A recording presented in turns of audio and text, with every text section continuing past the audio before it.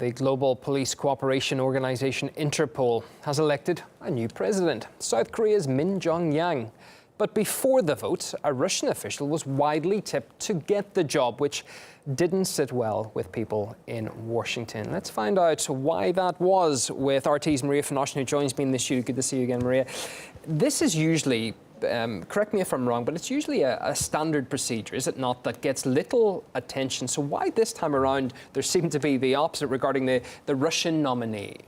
Yes, it was very special this time because there was a Russian candidate. It all started with an article in one English newspaper that claimed that, according to their sources, Alexander Prokopchuk will highly likely be elected as Interpol's next chief. And after that, everybody started discussing what will this mean for Interpol's future, or rather, how bad will it be for the global law enforcement agency and the rest of the world, in fact. Russia was accused of abusing Interpol in order to chase its political opponents, while Mr. Prokopchuk, 56-year-old Major General, Interior Ministry veteran, and one of the current Interpol's vice presidents since 2016. So the man in power within Interpol was referred to as, for example, abuser-in-chief or a wolf at Interpol's door.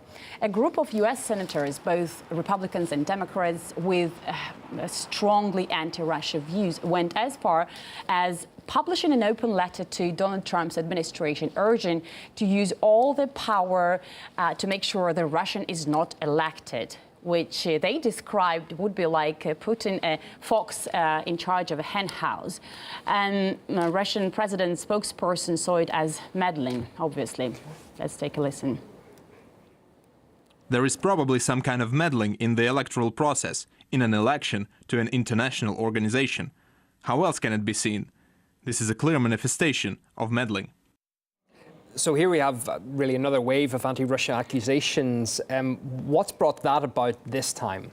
This is the most interesting thing. No evidence whatsoever was provided to prove these accusations. I have to say that ahead of the vote at Interpol, the critics of Russia have been very active, very vocal, and there is a feeling that the American senators could possibly base their claims on the statements of these personalities.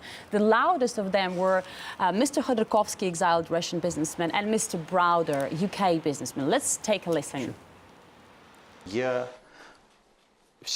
I am seriously worried that if Mr. Prokopchuk is elected as president of Interpol, he would be ready to take absolutely any action at the Kremlin's command, because reputation is not something he's worried about. It turned out that in Putin's Russia, there are no good guys. No empathy and no morals. They've threatened me with death. They've threatened me with kidnapping. The Russians will do anything they can get away with, and even stuff they can't get away with, to arrest, kidnap, torture, and kill, to take people's properties away. The Russians are liars. And this is being said by the two businessmen whose extradition Russia requested through Interpol. Why?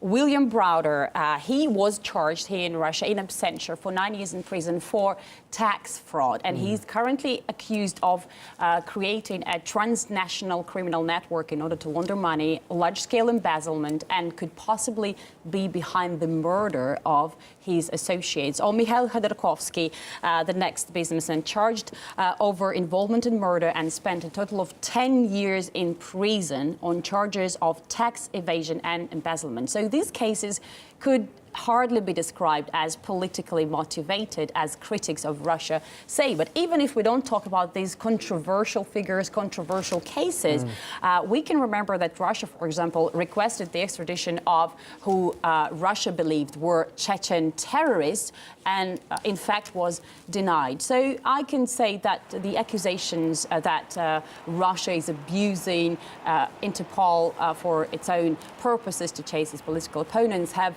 little grounds.